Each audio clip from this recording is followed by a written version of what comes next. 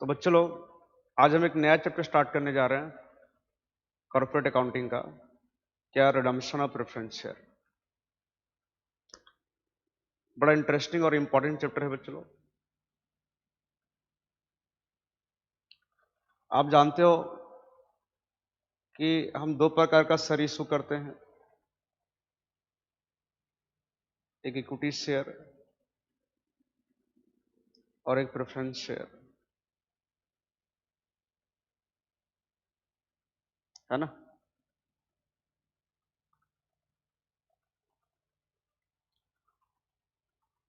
जो equity share holder होते हैं वो रियल ओनर होते हैं, कंपनी का एक्चुअल ओनर होता है। लेकिन जब डिविडेंड मिलता है तो सबसे पहले डिविडेंड मिलता है प्रेफरेंस शेयर होल्डर को, उसके बाद मिलता है इक्विटी शेयर होल्डर को। और प्रेफरेंस शेयर होल्डर को जो डिविडेंड मिलता है फिक्स रेट ऑफ डिविडेंड मिलता है, बट इक्विटी शेयर होल्डर का जो डिविडेंड फिक्स नहीं रहता है बच्चों लोग, वो डिपेंड करता है प्रॉफिट के ऊपर। कम प्रॉफिट तो कम डिविडेंड, ज्यादा प्रॉफिट तो ज्यादा डिविडेंड, ठीक है ना। उसी तरह जब कैपिटल रिफंड करना होता है तो सबसे पहले कैपिटल रिफंड करते हैं प्रेफरेंस शेयर होल्डर को,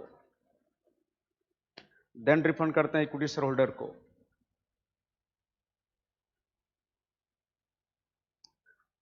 तो फिर बोलोगे सर फिर इक्विटी शेयर क्यों इशू करते हैं। तो बच्चों लोग क्या होता है, प्रेफरेंस शेयर स्टॉक एक्सचेंज में लिस्टेड नहीं होता है, but equity share stock exchange में लिस्टेड होता है ना।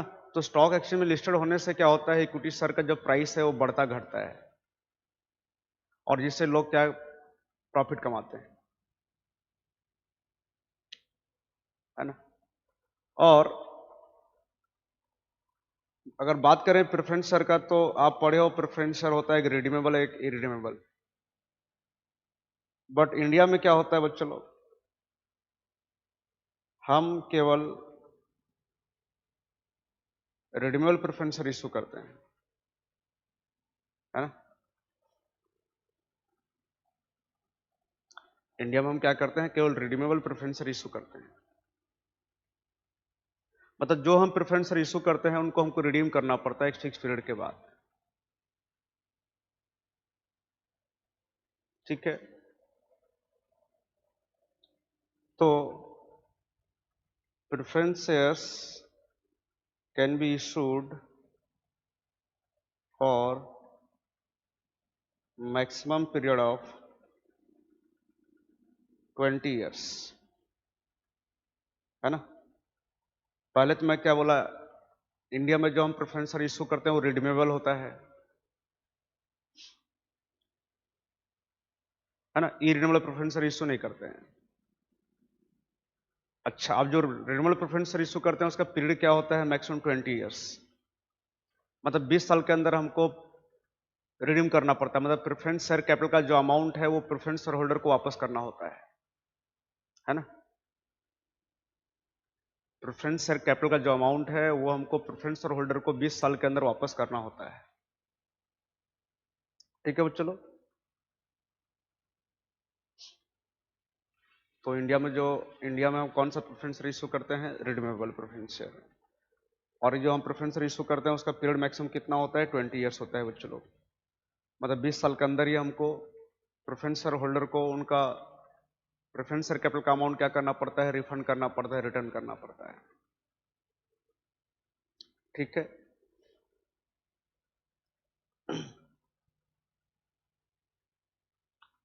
तो बच्चों लोग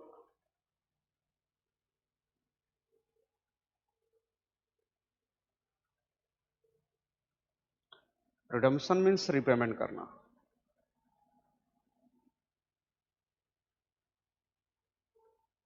है ना। रिडम्पशन मीन्स क्या, रिपेमेंट करना। तो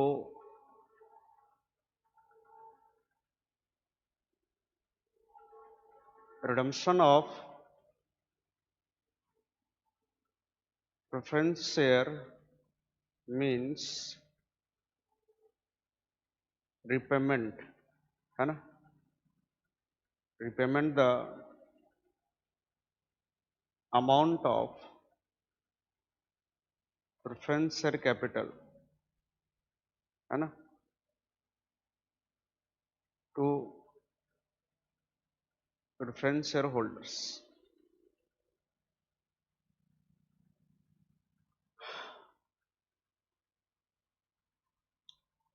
ठीक है। और इक्विटी शेयर होल्डर को हम पैसा कब रिफंड करते हैं बच्चों? जब कंपनी बंद होता है तब, है ना, जब कंपनी बंद होगा तब उनका इक्विटी शेयर कैपिटल का पैसा रिफंड करेंगे। ठीक है।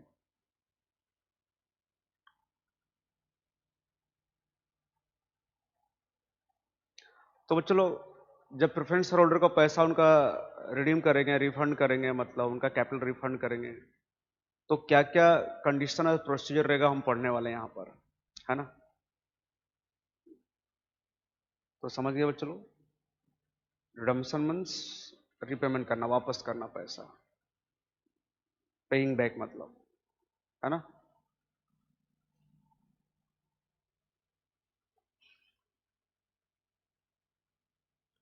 और मैं बोल चुका हूँ, जो प्रेफरेंस शेयर हम इशू करते हैं उसका मैक्सिमम पीरियड जो होता है 20 ईयर्स के लिए होता है मैक्सिमम, मतलब 20 साल के अंदर हमको प्रेफरेंस शेयर को रिडीम करना पड़ेगा, मतलब प्रेफरेंस शेयर होल्डर को पेमेंट करना पड़ेगा। चलो ठीक।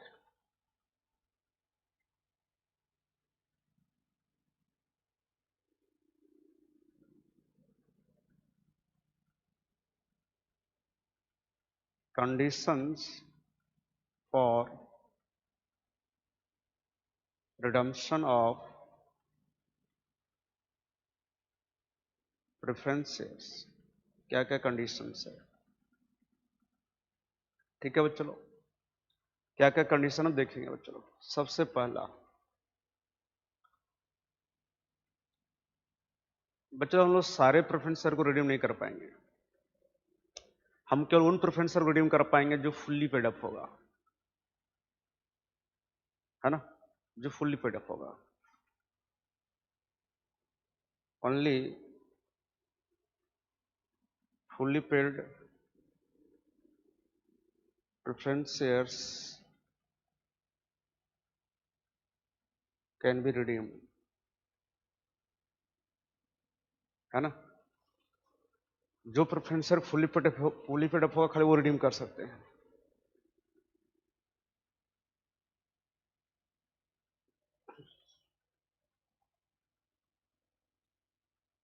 मान लो कि बच्चों लोग शेयर का वैल्यू फेस वैल्यू 100 रुपया है ना, 80 रुपया अभी तो मांगे हम लोग, 20 रुपया अभी भी मांगना बाकी है, मतलब कॉल नहीं किया हम लोग। ठीक है, 1000 प्रेफरेंस शेयर है मान लो, 1000 प्रेफरेंस शेयर है, ठीक है, और 80 रुपया हम मांग चुके हैं, 20 रुपया मांगना बाकी है। तो बच्चों लोग ये 1000 जो प्रेफरेंस शेयर है हम रिडीम नहीं कर सकते क्योंकि फुली पेड अप नहीं है। फुली पेड अप कब होगा?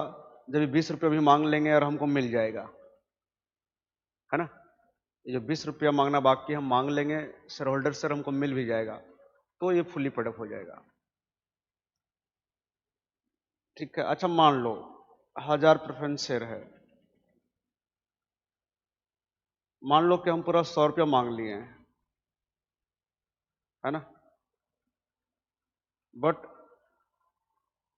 100 शेयर होल्डर ऐसे हैं जो 20 रुपया करके नहीं दिए हैं, लास्ट फाइनल कॉल, ये वाला मान लो, वाह,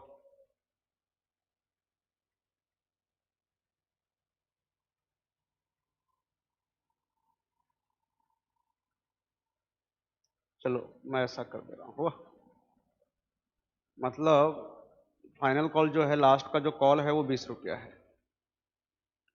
ठीक है, ये मांगे हैं और ये सबसे मिल गया है सेकंड कॉल तक, मतलब और फाइनल कॉल का पैसा मांगे हैं हम लोग शेयर होल्डर से, इन जो शॉर्ट हो कुछ शेयर होल्डर ने जो 100 शेयर रखे हैं, मतलब 100 शेयर के ऊपर हमको ये फाइनल कॉल का पैसा नहीं मिला,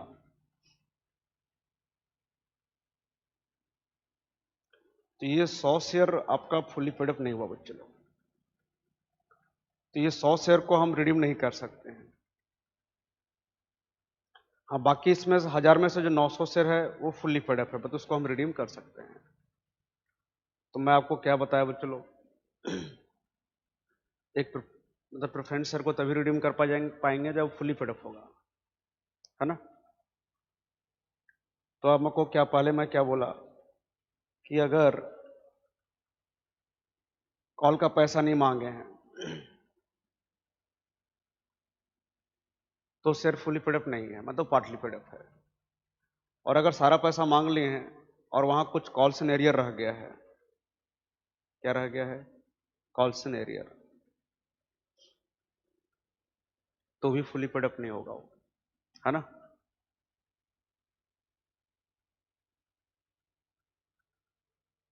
तो रिडीम करने के लिए क्या करना पड़ेगा बच्चे लोग, हमको जो शेयर फुली पेड अप नहीं है उसको फुली पेड शेयर बनाना पड़ेगा, है ना।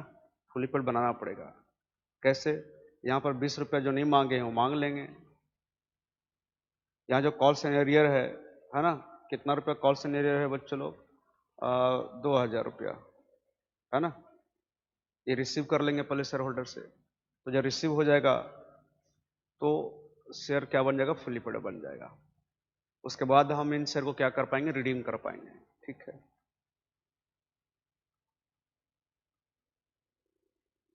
इसका मतलब दो कारण हो सकता है एक शेयर का फुली पेड अप नहीं होने का, है ना। दो कारण हो सकता है। पहला क्या, अगर हम कॉल का पैसा नहीं मांगे हैं, जैसे फाइनल कॉल का पैसा नहीं मांगे हैं तब, या दूसरा क्या हो सकता है, कुछ शेयर होल्डर क्या किए होंगे, डिफॉल्ट किए होंगे, मतलब पेमेंट नहीं किए होंगे हमारा मांगने के बाद भी, मतलब वहाँ कॉल्स इन एरियर होगा। तो उन दोनों केस में हमारा शेयर क्या होगा, फुली पेड अप नहीं होगा। तो उन दोनों केस में हम क्या करेंगे, प्रेफरेंस रिडीम नहीं कर पाएंगे। तो हमको क्या करना पड़ेगा, पहले फुली पेड अप बनाना पड़ेगा। मतलब हमको क्या करना पड़ेगा बच्चों लोग, जो कॉल नहीं मांगे वो मांग लेंगे, है ना। और जब कॉल मिल जाएगा तो फुली पेड हो जाएगा तो हम उसको रिडीम कर पाएंगे। या फिर मान लो कुछ शेयर होल्डर डिफॉल्ट किए हैं, तो उनसे हम क्या करेंगे, एरियर का पैसा ले लेंगे पहले, तो वो फुल्ली पेड अप हो गया, फिर उसको हम क्या कर पाएंगे, रिडीम कर पाएंगे बच्चों लोग, ठीक है। तो पहला कंडीशन बड़ा इजी आपको याद रह गया होगा कि केवल फुल्ली पेड अप प्रेफरेंस ही हम रिडीम कर पाएंगे, ठीक है।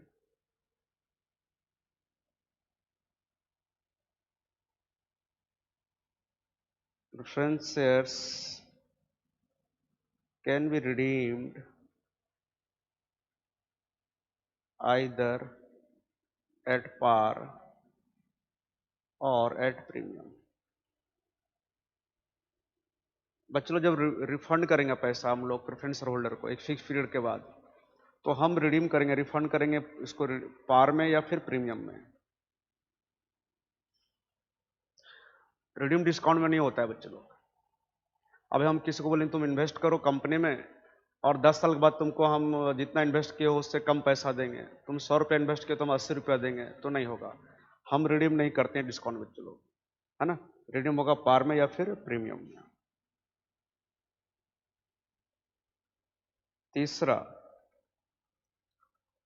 ये जो शेयर्स हम प्रेफरेंस जो रिडीम करेंगे उसका दो तरीका है रिडीम करने का बच्चे लोग।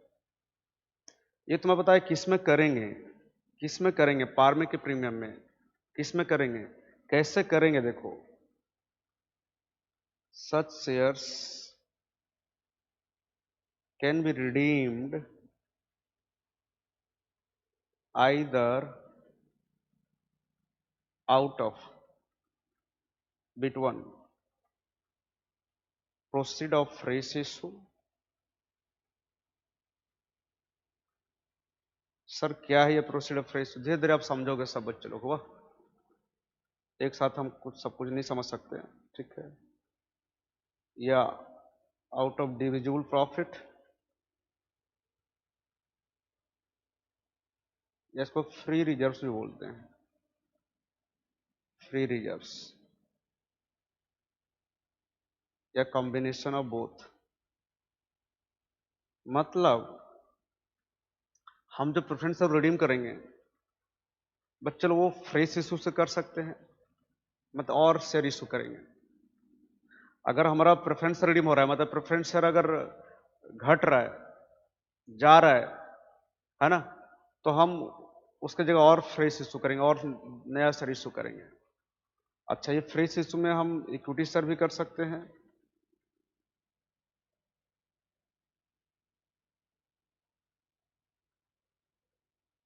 और प्रेफरेंस शेयर भी कर सकते हैं, है ना। मतलब शेयर जा रहा है तो शेयर के बदले शेयर ही इशू कर सकते हैं, है ना। अगर क्वेश्चन लिखा है कि डिवेंचर इशू कर रहे हैं तो ये फ्रेश इशू में नहीं आएगा बच्चों लोग, है ना। अगर बोल रहे डिवेंचर इशू कर रहे हैं तो वो फ्रेश इशू में नहीं आएगा, है ना। शेयर के बदले हम शेयर ही काउंट करेंगे, ठीक है। तो हम प्रेफरेंस शेयर जो रिडीम करेंगे, एक तो रिडीम करेंगे आउट ऑफ फ्रेश इशू, मतलब प्रोसीड ऑफ फ्रेश इशू, एक आउट ऑफ डिविजिबल प्रॉफिट्स, या फिर दोनों से कुछ पार्ट रिडीम करेंगे फ्रेश इशू से और कुछ पार्ट रिडीम करेंगे डिविजिबल प्रॉफिट से, है ना।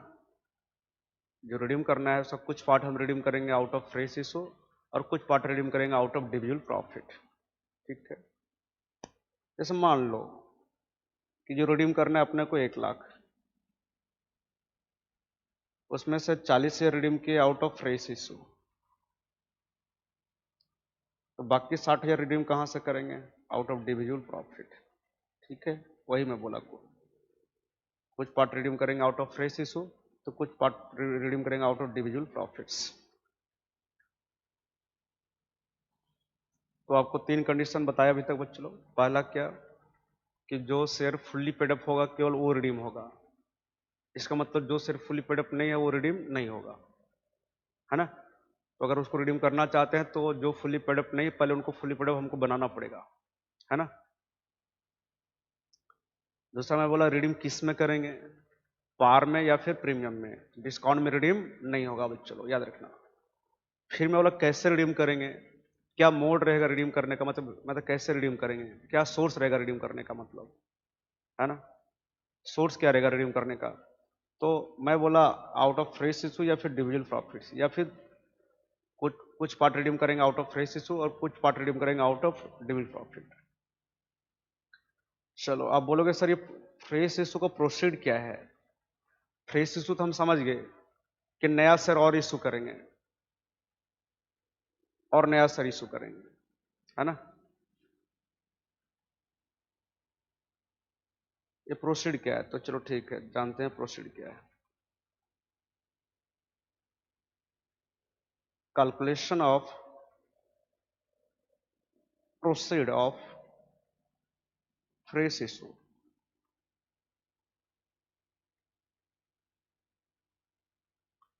है ना। मोड ऑफ इशू,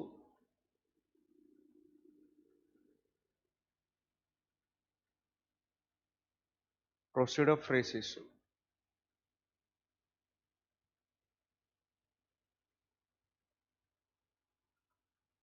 ठीक है, तो बच्चों जो शेयर आपको बताया हो ना, इशू शेयर में बताया था कि हम शेयर इशू कर सकते हैं पार में या फिर प्रीमियम में।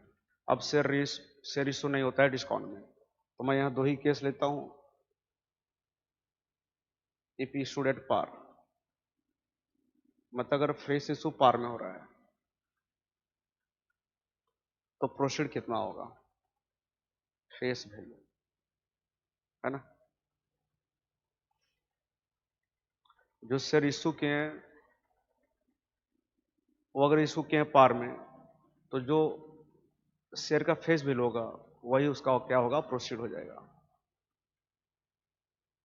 If issued at premium,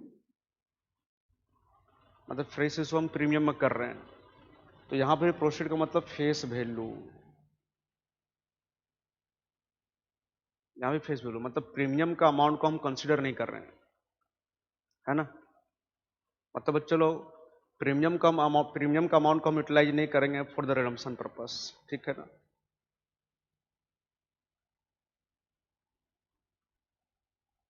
the amount of premium, है ना, इज नॉट यूटिलाइज फॉर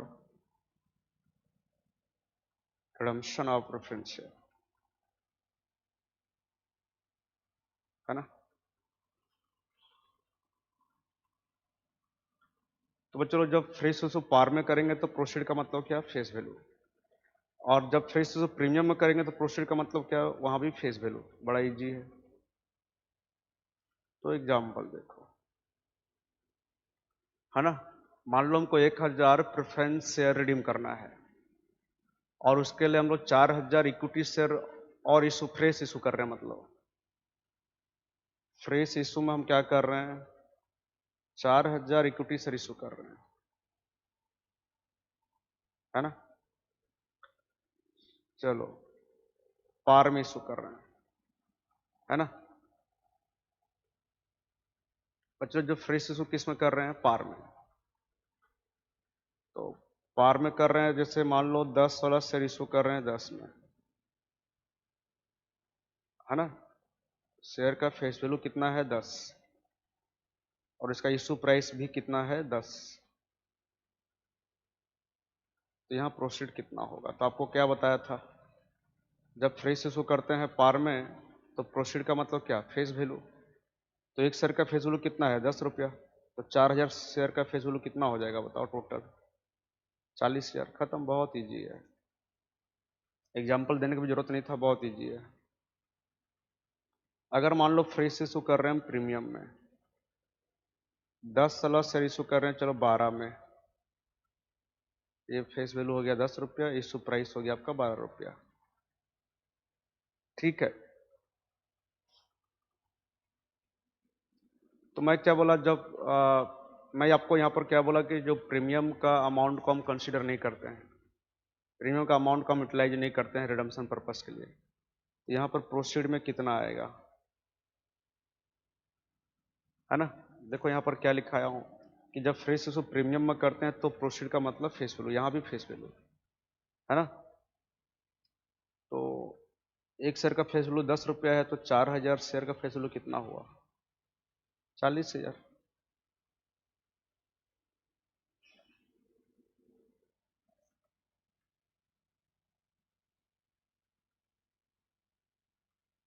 तो इसमें से आपको ये पहला आ गया ना। मैं क्या बोला कि जो प्रेफरेंस रिडीम करेंगे, उसका दो सोर्स है रिडीम करने का, एक आउट ऑफ फ्रेश इशू और एक डिविल प्रॉफिट। तो फ्रेश इशू का हमको प्रोसीड प्रोसीड चाहिए, प्रोसीड ऑफ फ्रेश इशू, मतलब हम जो रिडीम करेंगे out of proceed of fresh issue redeem करेंगे। तो प्रोसीड क्या है, ये आपको बता दिया मैं।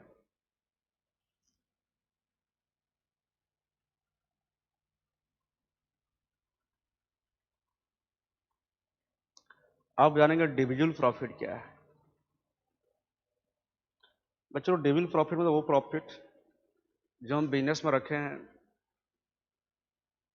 शेयर होल्डर को, इक्विटी शेयर होल्डर को डिविडेंड देने के लिए, है ना।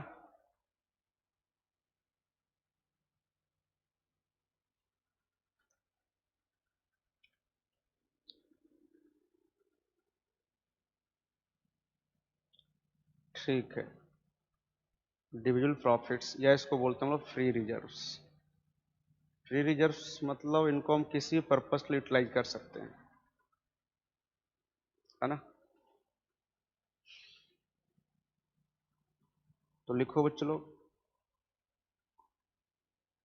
डिविजुअल profits means profit available for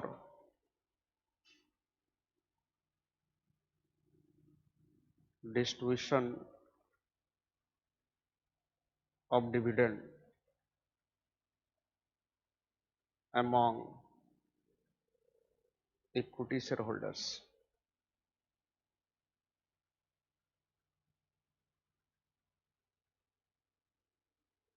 है ना।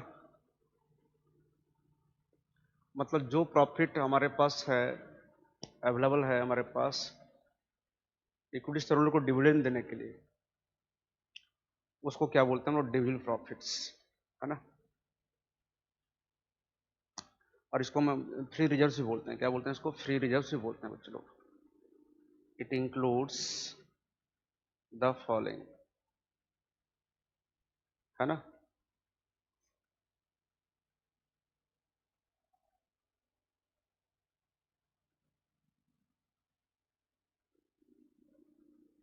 ठीक है, जनरल रिजर्व,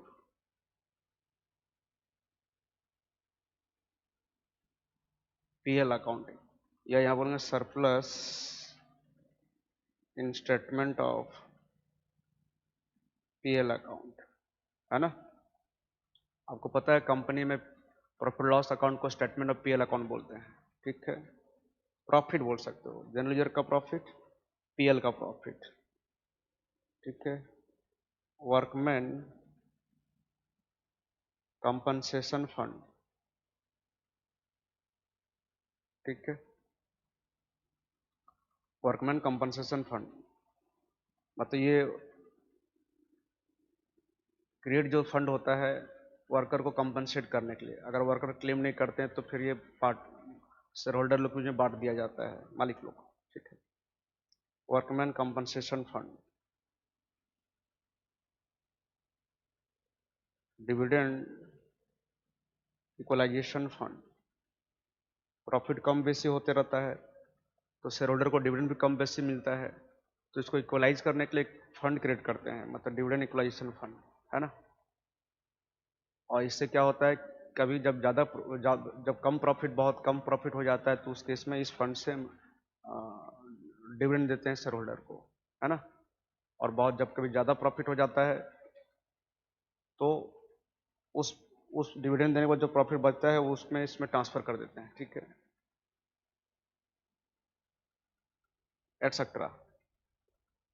मतलब डिविडेंड को इक्वलाइज करने के लिए कि शेयर होल्डर लोग को डिविडेंड इक्वल मिलते रहे, है ना, इसके लिए क्या करते हैं, एक फंड बनाते हैं जो डिविडेंड इक्वलाइजेशन फंड है, ठीक है।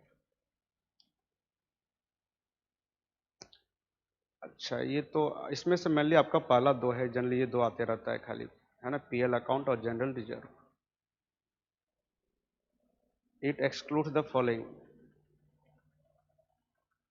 क्या क्या इसमें नहीं आता है, तो अभी थोड़ा देर पहले बताया था ना आपको, ये जो सिक्योरिटी प्रीमियम रिजर्व है उसको हम यूटिलाइज नहीं करते हैं, सिक्योरिटीज प्रीमियम रिजर्व।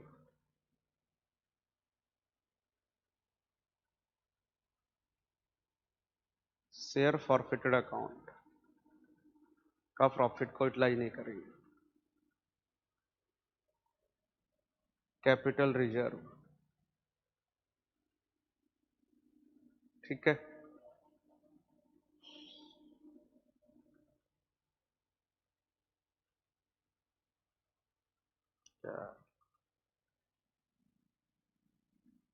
ठीक है चलो, तो मतलब मैं क्या बोला कि आपको,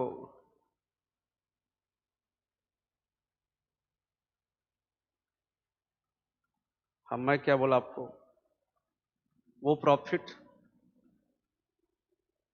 जो हमारे पास अवेलेबल है इक्विटी शेयर होल्डर को डिविडेंड देने के लिए, उसी प्रॉफिट को हम क्या बोलते हैं, डिविजिबल प्रॉफिट या फ्री रिजर्व्स। मतलब जिन जिन रिजर्व्स को हम यूटिलाइज करते हैं इक्विटी शेयर होल्डर को डिविडेंड देने के लिए, उसको बोलते हैं फ्री रिजर्व। मतलब इनको हम किसी भी पर्पज से यूटिलाइज कर सकते हैं। मतलब मैं आपको यहाँ बता दिया क्या आता है आपका डिविजिबल प्रॉफिट में, और क्या नहीं भी आता है वो भी बता दिया, ठीक है, एटसेट्रा। तो चलो अभी तक हम तीन ही कंडीशन पढ़े हैं बेटा, तीन ही कंडीशन पढ़े हैं अभी तक, अभी तक हम तीन ही कंडीशन पढ़े हैं, है ना।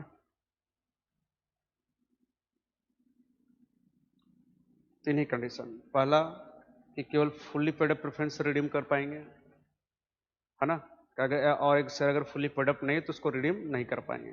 दूसरा, रिडीम किस में करेंगे, पार में या फिर प्रीमियम में, और सोर्स क्या रहेगा रिडीम करने का, तीसरा बताया, है ना, सोर्स। तो रिडीम कर पाएंगे क्या, एक out of proceed of fresh issue या आउट ऑफ डिविजिबल प्रॉफिट्स। ठीक है, तो प्रोसीड कैसे पता करते हैं मैं आपको बता दिया, बहुत इजी है ना। चाहे फ्रेश इशू पार में करो चाहे प्रीमियम, प्रोसीड मतलब फेस वैल्यू। और ड्यूल प्रॉफिट है क्या, इसमें क्या आता है मैं बता दिया आपको, है ना। कैसे रिडीम करेंगे वो हमारा मेन टॉपिक है, पढ़ेंगे हम लोग बच्चे लोग, है ना। ये हो गया तीसरा कंडीशन, चौथा कंडीशन। अच्छा बच्चों, मैं क्या बोला, हम प्रेफरेंस रिडीम कर सकते हैं एक तो out of proceed of fresh issue, और दूसरा मैं बोला आउट ऑफ डिविजिबल प्रॉफिट। तो याद रखना, जब भी प्रेफरेंसर को रिडीम करेंगे आउट ऑफ डिविजिबल प्रॉफिट, जब भी प्रेफरेंसर को रिडीम करेंगे आउट ऑफ डिविजिबल प्रॉफिट, तो जितना प्रॉफिट यूटिलाइज करेंगे हम रिडेम्पशन के लिए, जैसे मैं उस ऊपर पहले एग्जांपल जो दिया था कि अपने को मान लो कि बच्चे लो टोटल 1 लाख रिडीम करना है, उसमें 40,000 कर रहे हैं out of proceed of fresh issue, तो कितना रिडीम करना है आउट ऑफ डिविजिबल प्रॉफिट, 60,000। तो जितना हम रिडीम करेंगे आउट ऑफ डिविजिबल प्रॉफिट, उतना ही प्रॉफिट डिविजिबल प्रॉफिट से निकाल के एक नया अकाउंट में ट्रांसफर करना पड़ता है, जिसको बोलते हैं CRR account, capital redemption reserve account, मतलब क्रिएशन ऑफ सीआरआर। मतलब जो नेक्स्ट स्टेप में क्या होगा, हमारा सीआरआर क्रिएट होगा बच्चे लोग। तो लिखो, when redemption of preference shares is made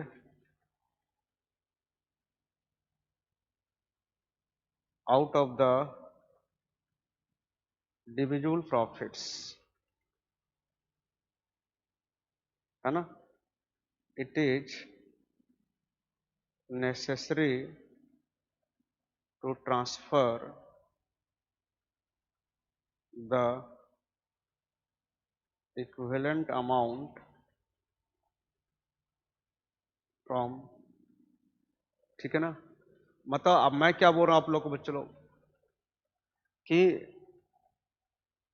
अगर हम रिडीम कर रहे हैं प्रेफरेंसर को आउट ऑफ डील प्रॉफिट, तो जितना रिडीम करेंगे आउट ऑफ डील प्रॉफिट उतना ही अमाउंट हम डील प्रॉफिट से निकाल के कहां ट्रांसफर करेंगे, सीआरआर में। ठीक है बच्चों लोग, तो चलो फ्रॉम क्या लिखा, सच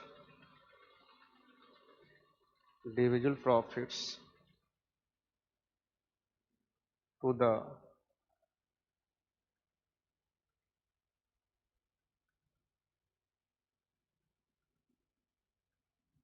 the capital redemption reserve account. ठीक है बच्चों लोग, आप अभी लिखते जाओ, अब जैसे जैसे हम आगे बढ़ेंगे आप और क्लियर होते जाओगे। ठीक है, मैं बोला क्या कि हमारा जो रिडीम करने का जो सोर्स है दो है, एक रिडीम करेंगे out of proceed of fresh issue और दूसरा डील प्रॉफिट। तो मैं क्या बोला, अगर हम या जितना हम रिडीम कर रहे हैं आउट ऑफ डील प्रॉफिट, उतना ही प्रॉफिट डील प्रॉफिट से निकाल के हमको कहां ट्रांसफर करना पड़ेगा, सीआरआर में। अच्छा, कितना अमाउंट करेंगे ट्रांसफर सीआरआर में, तो देखो अमाउंट ट्रांसफर टू सीआरआर, है ना। सीआरआर अकाउंट में कितना अमाउंट ट्रांसफर करेंगे, तो इसका फॉर्मूला है चलो, face value of shares to be redeemed, जो शेयर हमको रिडीम करना है उसका फेस वैल्यू लेंगे, face value share to be redeemed minus proceed of fresh issue, है ना, minus proceed of fresh issue. चलो एग्जांपल, मान लो बच्चों अपने को रिडीम करना है 1000 प्रेफरेंस शेयर, है ना, ऑफ ₹100 ईच,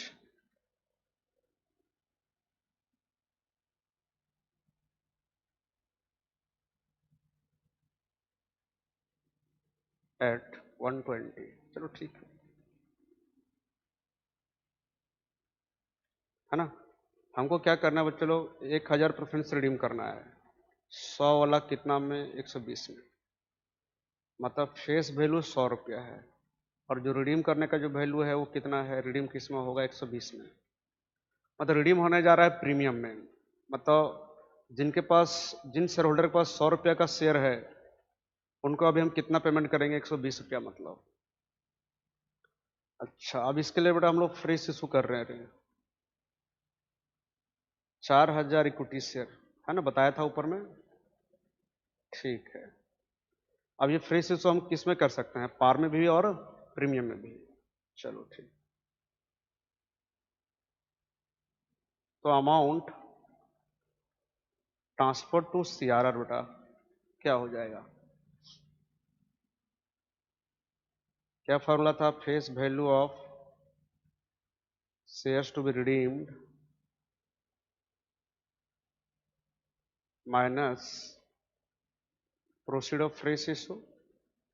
ठीक है, बहुत इजी है बच्चों आप, ठीक है ना, बड़ा इजी इंटरेस्टिंग है। अभी हम कंडीशन पढ़ रहे हैं, मेन हमारा स्टेप होगा इसका जो पढ़ेंगे नेक्स्ट प्रोसीजर। ठीक है, अच्छा अगर मैं यहाँ पर दो केस लूँ, केस वन कि अगर फ्रेश इशू हुआ है किसमें, पार में, if the fresh issue is made at par, मान लो 10 वाला इक्विटी शेयर इशू है 10 में, तो उस केस में कितना ट्रांसफर होगा शेयर में,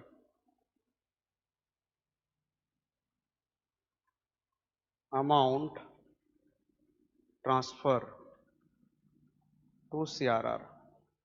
चलो फॉर्मूला क्या था बता दो, जो शेयर रिडीम कर रहा है उसका फेस वैल्यू लेंगे। 1000 शेयर रिडीम कर रहे हैं और फेस वैल्यू है 100 रुपया, एक शेयर का फेस वैल्यू 100 रुपया, तो 1000 शेयर का फेस वैल्यू कितना, 1,00,000 रुपया। माइनस क्या लेना है बच्चों लोग, माइनस क्या लेना है, प्रोसीड ऑफ फ्रेश इशू।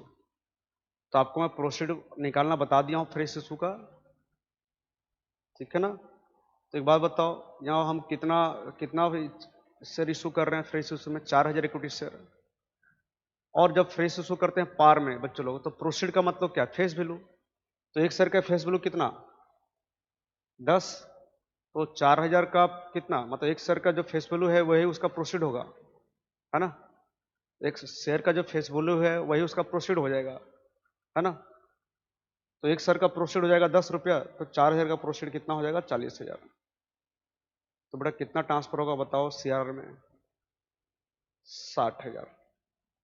मतलब हमको क्या करना है, डिविजन प्रॉफिट मतलब जनरल रिजर्व पीएल अकाउंट से 60,000 प्रॉफिट निकाल कहाँ ट्रांसफर करना है, सीआरआर में। अब इसके लिए क्या एंट्री पास करेंगे मैं आपको बताऊंगा आगे, ठीक है ना, एंट्री वगैरह आगे बताऊंगा।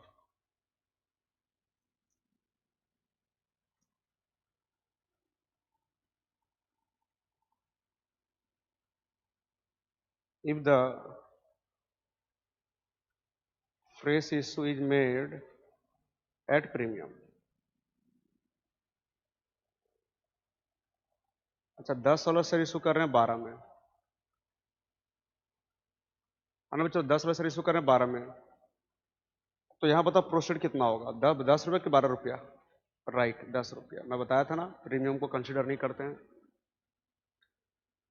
मैं बोला था चाहे फ्रेश इशू करो पार में चाहे प्रीमियम, प्रोसीड का मतलब फेस वैल्यू, यहाँ भी प्रोसीड फेस वैल्यू ही होगा। तो एक शेयर का प्रोसीड 10 रुपया हो जाएगा, तो 4000 शेयर का 40,000 यहाँ भी हो जाएगा सेम, तो आंसर भी सेम आएगा। अमाउंट ट्रांसफर टू सीआरआर, पहले क्या लेंगे, जो शेयर रिडीम कर रहे हैं उसका फेस वैल्यू लेना है, फेस वैल्यू, है ना, रिडीम वैल्यू नहीं, क्या लेना है, फेस वैल्यू माइनस प्रोसीड। तो एक शेयर का प्रोसीड 10 रुपया, तो 4000 का प्रोसीड कितना, 40,000, तो कितना ट्रांसफर कर दिए, 60,000।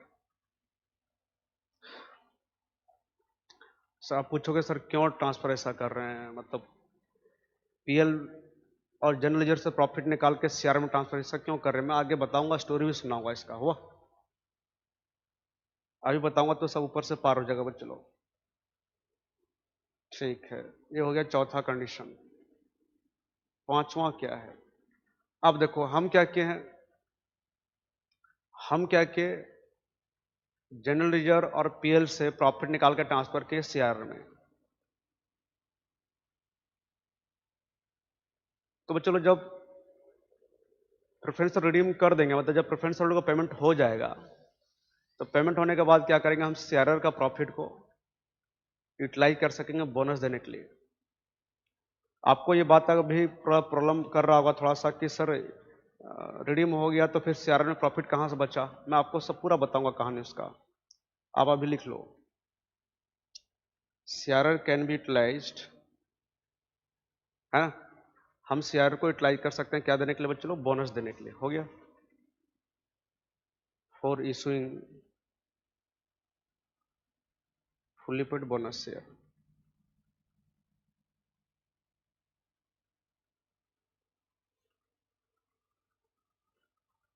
बच्चों लोग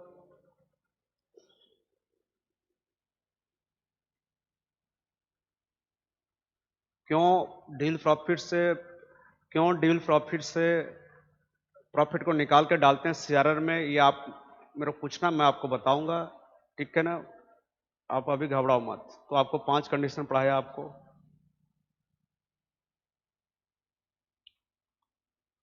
सबसे पहले मैं क्या बोला था आपको कि इंडिया में जो हम प्रेफरेंस रिडीम करते हैं वो रिडीमेबल होता है और उसका पीरियड होता है मैक्सिमम 20 ईयर्स। मतलब जो भी शेयर हम इशू करते हैं प्रेफरेंस वो मैक्सिमम 20 साल के लिए इशू करते हैं, मतलब 20 साल के अंदर हमको रिडीम करना होता है ना। अच्छा, रिडीम करने की कंडीशन क्या है, मैं बोला पहला क्या बोला कि जो फुली पेड प्रेफरेंस शेयर है वही रिडीम कर पाएंगे। अगर फुली पेड अप नहीं है कोई शेयर तो उसको रिडीम नहीं कर पाएंगे, है ना। तो उसको रिडीम करने के लिए पहले उसको फुली पेड अप हमको बनाना पड़ेगा। अच्छा, रिडीम किस में करेंगे, पार में या फिर प्रीमियम में? रिडीम डिस्काउंट में नहीं होता है। फिर मैं बोला क्या, जो सोर्स होगा इसका रिडीम करने का क्या होगा, कहां से रिडीम करेंगे, प्रोसीड ऑफ फ्रेश इशू से या फिर डिविल प्रॉफिट से, है ना, या फिर दोनों से।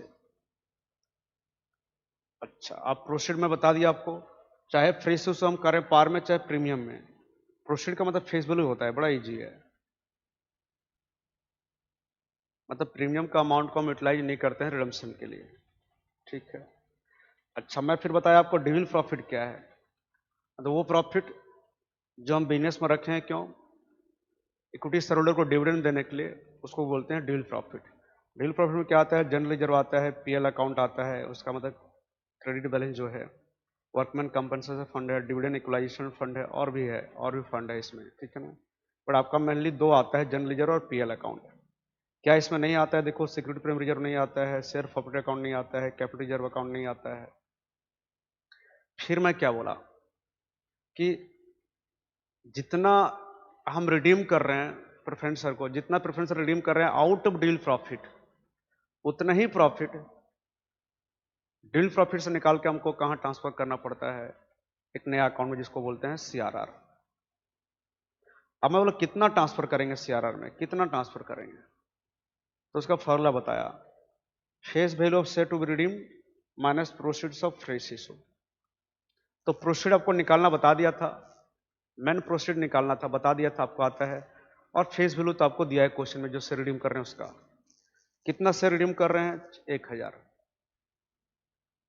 फेस वैल्यू कितना है, 100 रुपया। हमको यहाँ रिडीम वैल्यू नहीं लेना है फॉर्मूला में, और फ्रेश इशू कर रहे हैं 4000 इक्विटी शेयर, है ना। तो फ्रेश इशू चाहे करें पार में चाहे प्रीमियम, प्रोसीड क्या होगा, फेस वैल्यू। तो यहाँ पर होगा कितना फ्रेश इशू कर रहे हैं पार में, तो कितना ट्रांसफर होगा शेयर में, 1,00,000। जो शेयर रिडीम कर रहे हैं उसका फेस वैल्यू कितना है बच्चों लोग, 1,00,000, और प्रोसीड कितना आया, 40,000। कैसे, 4000 इंटू 10, है ना। यहाँ कितना ट्रांसफर करेंगे शेयर में, 1,00,000, प्रोसीड मतलब वही 40,000, 4000 इंटू 10, ठीक है। अब मैं लास्ट में क्या बोला, जो शेयर का अमाउंट है, हम क्या किए थे, प्रॉफिट क्या किए थे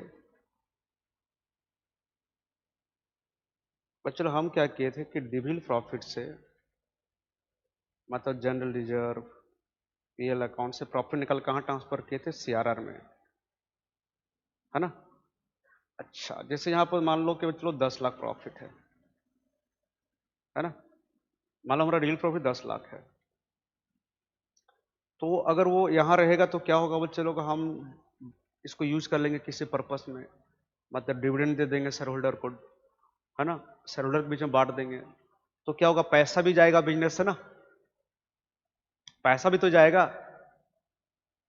तो हमको क्या करना है, रिडीम करना है प्रेफरेंस होल्डर को, मतलब प्रेफरेंस होल्डर को पैसा देना है,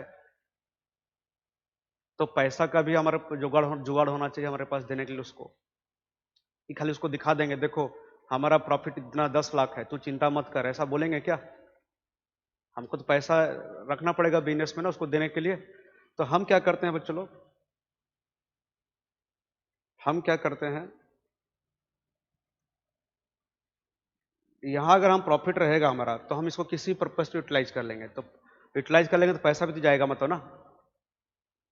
तो हम क्या किए, यहां से मान लो यहां 6 लाख ट्रांसफर कर दिए सीआरआर में, अब यहां कितना बचा, 4 लाख,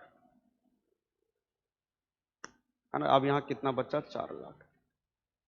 तो ये जो 6 लाख यहां ट्रांसफर किए हम लोग बच्चे लोग, ये रिजर्व रह गया, इसका मतलब हम मैक्सिमम अगर यूटिलाइज करेंगे भी डील प्रॉफिट से, तो इधर किसी अदर पर्पस में कितना यूटिलाइज करेंगे, 4 लाख, तो पैसा भी बिजनेस से कितना जाएगा, 4 लाख, अगर मतलब डिविडेंड दे रहे हैं या कुछ दे रहे हैं तो। इसका मतलब ये जो 6 लाख है ना, ये पेमेंट नहीं होगा, तो बिजनेस के अंदर पैसा रहेगा। ये जो हम ड्रामा करते हैं कि डील प्रॉफिट से प्रॉफिट निकाल कर शेयर ट्रांसफर करते हैं ताकि बिजनेस से पैसा बाहर ना जाए। चलो ठीक है, पैसा रुक गया, अब जब प्रेफरेंस रिडीम कर दिए, प्रेफरेंस रिडीम हो गया बच्चों, अब रिडीम हो गया सर, मतलब उनको पैसा मिल गया, तो फिर शेयर होल्डर क्या बोलेंगे, है ना, कि ये जो सीआरआर में प्रॉफिट था उसका क्या होगा, तो वो फिर क्या, उसको हम यूटिलाइज कर सकते हैं वापस फिर, मतलब हम ये ड्रामा क्यों किए थे डील प्रॉफिट से, यहाँ क्यों इलीगल प्रोविजन है जो कम मतलब हमको करना होता है कंपलसरी हुआ, तो ये हम क्यों किए थे, ताकि पैसा बिजनेस में रहे पेमेंट करते समय, ठीक है। तो लास्ट में हम क्या कर बोला, मैं आपको लास्ट स्टेप क्या बोला, कि जो सीआरआर में जो प्रॉफिट पड़ा हुआ है ना, जब प्रेफरेंस वो रिडीम हो जाएगा, रिडीमशन पेमेंट करने के बाद शेयर का प्रॉफिट को हम यूटिलाइज कर सकते हैं क्या करने के लिए, बोनस देने के लिए, है ना, बोनस देने के लिए यूटिलाइज कर सकते हैं।